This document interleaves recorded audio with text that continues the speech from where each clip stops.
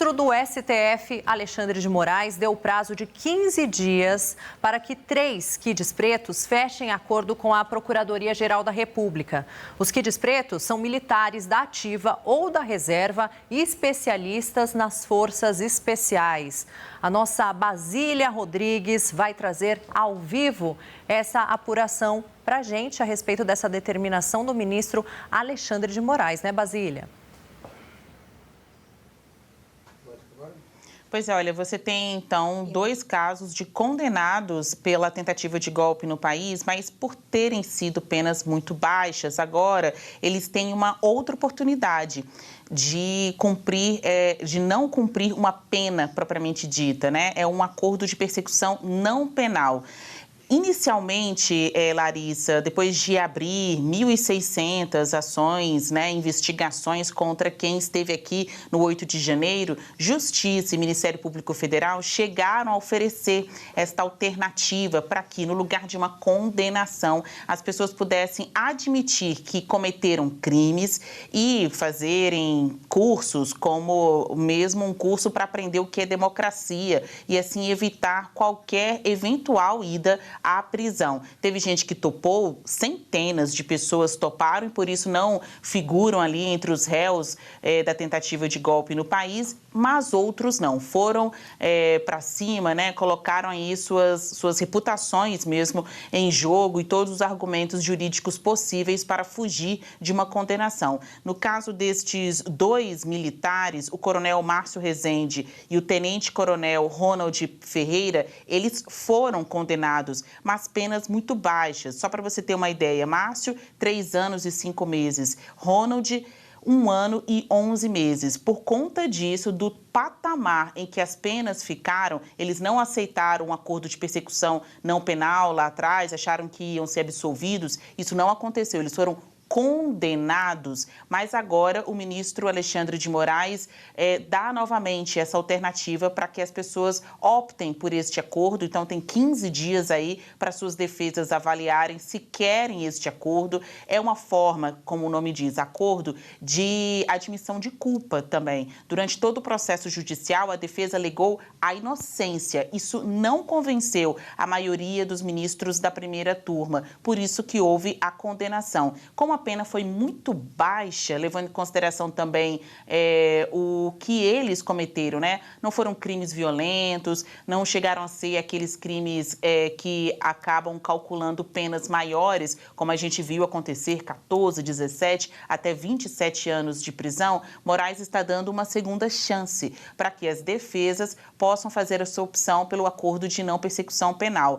Quem são estes militares condenados? O coronel Márcio Rezende, ele é acusado de ter oferecido a casa, o prédio onde ele tem propriedade, para organização, reuniões de militares daqueles chamados Kid Pretos, né, que são acusados de planejar a morte do presidente Lula, do vice Geraldo Alckmin e também de ministros da Suprema Corte. Então, a participação dele foi mais secundária, não estava exatamente lá acordando ou planejando a morte destas autoridades, mas cedeu um prédio para facilitar a realização da reunião, de acordo com a investigação, que foi confirmado no processo judicial, ainda que a defesa tenha uma outra interpretação. O tenente-coronel Ronald Ferreira, também condenado, ele teria assinado e divulgado uma carta para pressionar o alto comando do Exército, isso ali depois do resultado das eleições de 2022. Vários militares, este é um dos perfis que a gente viu, né, participar desse julgamento, foram arrolados neste processo. Alguns assinaram esses acordos lá atrás, até para não correr o risco de perder as patentes, outros não, foram para cima nesse julgamento, né, não concordaram com a admissão de culpa e acabaram sendo condenados. Para quem teve pena muito alta, aí não tem outra alternativa senão a prisão. Para estes 2, levando em consideração esse patamar da punição, eles têm esta segunda chance, Larissa, de admitir que realmente cometeram estes crimes e, para não sofrerem algum outro tipo de sanção, não chegaria a ser a prisão, porque realmente a pena é muito baixa, para não ter que cumprir outro tipo de pena, eles teriam que assinar este acordo. Foi dada aí a oportunidade. Em 15 dias, as defesas podem responder.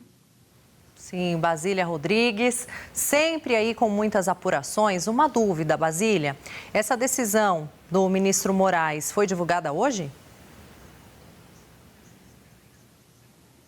Essa decisão do Moraes, ela foi divulgada, ela é de ontem, mas por conta do plantão, né, judiciário, e também nós, jornalistas, nem todas as equipes estavam trabalhando, né? A gente estava, né? Mas nem todas as equipes estavam trabalhando. Tem gente que está divulgando hoje, mas a decisão mesmo, ela é de ontem. Sim, não, é só para a gente explicar mesmo para o nosso assinante, né, que apesar de hoje ser 1º de janeiro, feriado, né, ontem, dia 31, apesar de ter ali o recesso parlamentar, a movimentação nos 3 poderes, essa movimentação ela continua, né? Porque nós estamos falando aí de decisões dos ministros do STF, a gente sabe que tem ali o recesso parlamentar, principalmente no Congresso Nacional, mas Brasília, como sempre, a todo vapor, né, minha amiga?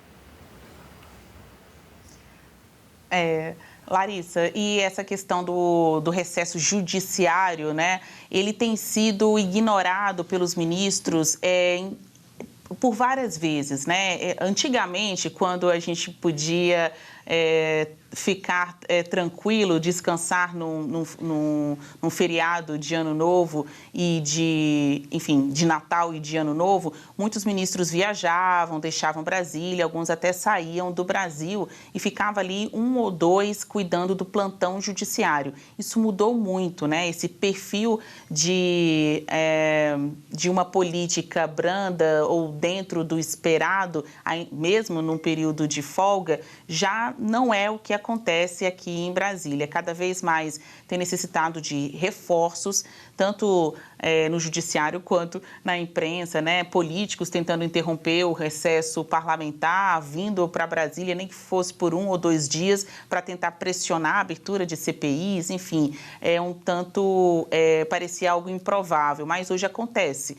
Para não perder espaço nessa arena política, né?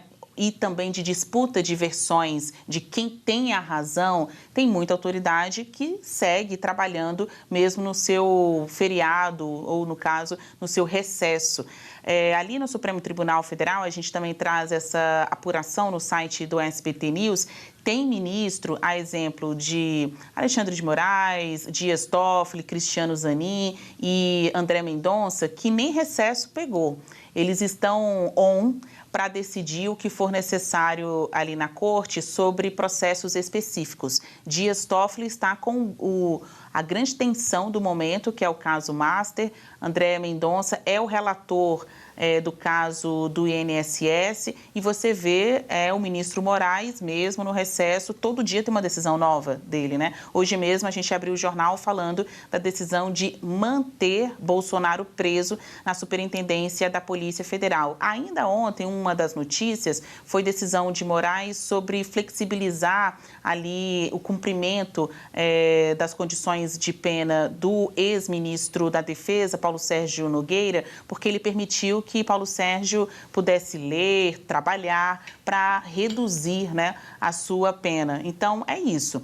Tem ministros que estão muito focados em processos específicos e outros, a exemplo de André Mendonça, aquele do INSS, que tem dito aos seus interlocutores que está para tudo. Qualquer decisão que venha a ser tomada no plantão judiciário, se necessitar de uma convocação mais emergente, né, mais urgente, de uma maioria de ministros, tem gente que está aí para trabalhar. Segue aqui em Brasília, como eu, já que você está aí em São Paulo, né? Deixou o nosso quadradinho temporariamente. É isso, temporariamente matando aqui um pouquinho, né, de saudade da minha capital paulista, onde eu nasci. Obrigada, Basília Rodrigues.